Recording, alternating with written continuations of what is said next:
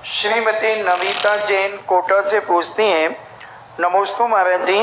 बच्चे प्रश्न करते हैं, दही विज्ञान की अपेक्षा पूर्णतः बैक्टीरिया के सहयोग से ही होता है। जैन आगम में इस बारे में क्या कथन है, बताइए। दूसरा प्रश्न है, दुदल किसे मानते हैं, कच्चे दूध से दही, जमे हुए दही से, या गर्म दूध के दही से?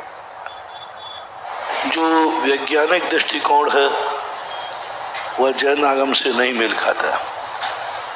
जिन बैक्टीरिया को वो बैक्टीरिया कह रहे हैं, हमारे आगम के अनुसार उसको वो देख ही नहीं सकते। एक इंद्री को जो बैक्टीरिया है एक पौधगलिक फंगस है, पौधगलिक पर्णमन है। और जीव जो है दही जीवों से ही जमता है, ऐसा कोई नियम नहीं है, क्योंकि दूध में कोई जीव नहीं होते।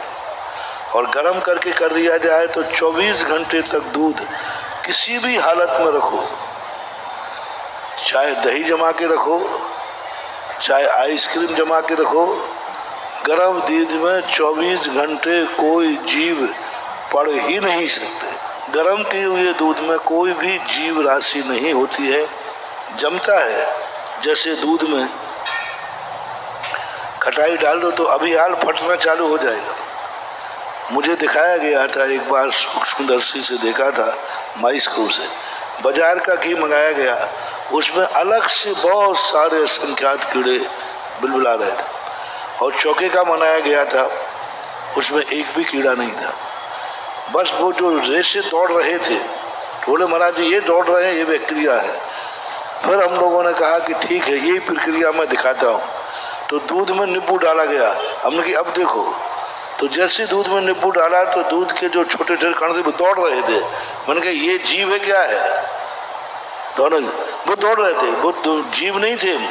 दूध फट जाने से उसके रेशे दौड़ रहे थे। इसी प्रकार जब गर्म दूध का दही बनता है तो वो रेशे दौड़ते हैं जमने के लिए, खट्टापन आता है। खट्टापन जो आ रहा है, क्यों आ रहा है? उस खट्टेपन से जो जीवों को जो कण दौड़ते हैं उसको ये लोग बैक्टीरिया मानते हैं, पर वो बैक्टीरिया नहीं है। हमारे महावीर स्वामी सर्वज्ञ थे। यदि इसमें किंचित मात्र भी जीवों की उत्पत्ति होती तो नियम से त्याग बता देते। अरे घी दही नहीं खाएंगे तो कौन सा बिगड़ रहा है? इतनी चीजें छुड़ा दी, एक दही और छुड़ा देते।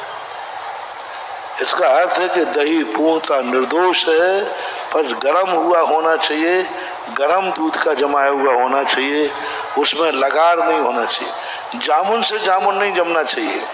कल का जामुन आज डाल दिया तो जम गया, वो नहीं होना चाहिए।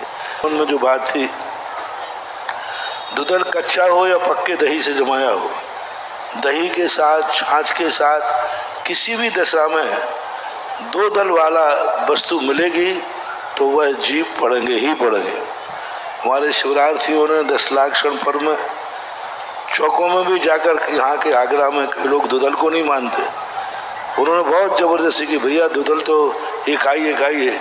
अब वो मौन थे, कुछ बोल नहीं पाए, तो उन्होंने खाया तो नहीं, लेकिन उन्होंने यहाँ आकर कहा, महाराज जी यहाँ 10 लाख क्षण पर्व में भी दही छाछ के साथ में बेसन आदि, दही बड़े आदि खाए जाते हैं, तो ये नहीं खाना चाहिए, आवक्ष हैं। और सबसे बड़ी चीज़ महानुभाव, दही आदि के साथ बेसन की वस्तुएं नहीं खाना चाहिए।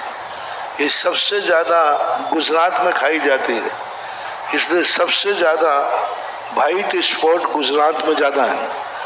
भारत में सबसे ज़्यादा वाइट स्पॉट पाए जाते गुजरात में। उसका मूल कारण है कि वो दुदल ज़्यादा खाते हैं। दही और बेसन दालों के साथ में सबसे ज़्यादा दुदल यदि कोई देश में खाया जाता है तो गुजरात में। कड़ी खाई जाएगी तो दही की, दही बड़े बहुत ज़्यादा। और दही दूध और घी के साथ नमक, मिर्ची, तेल, ये सब मिलाकर के शरीर को विकृत करते हैं। दूध के साथ नमक, दही के साथ नमक, और दही में बेसन के साथ तली हुई वस्तु में तेल आदि का मिश्रण करना, तेल से दही का, बेसन का, दूध का, नमक का, दूध के बेसन का, ये सब वाइट स्पॉट के लिए कारण बनते हैं। और ये गुजरात का ही शोध है डॉक्टरों का कि इसलिए व्हाइट स्पॉट होते हैं कि लोग तली हुई चीज़ें दूध से और दही आदि से ग्रहण करते हैं, इसलिए।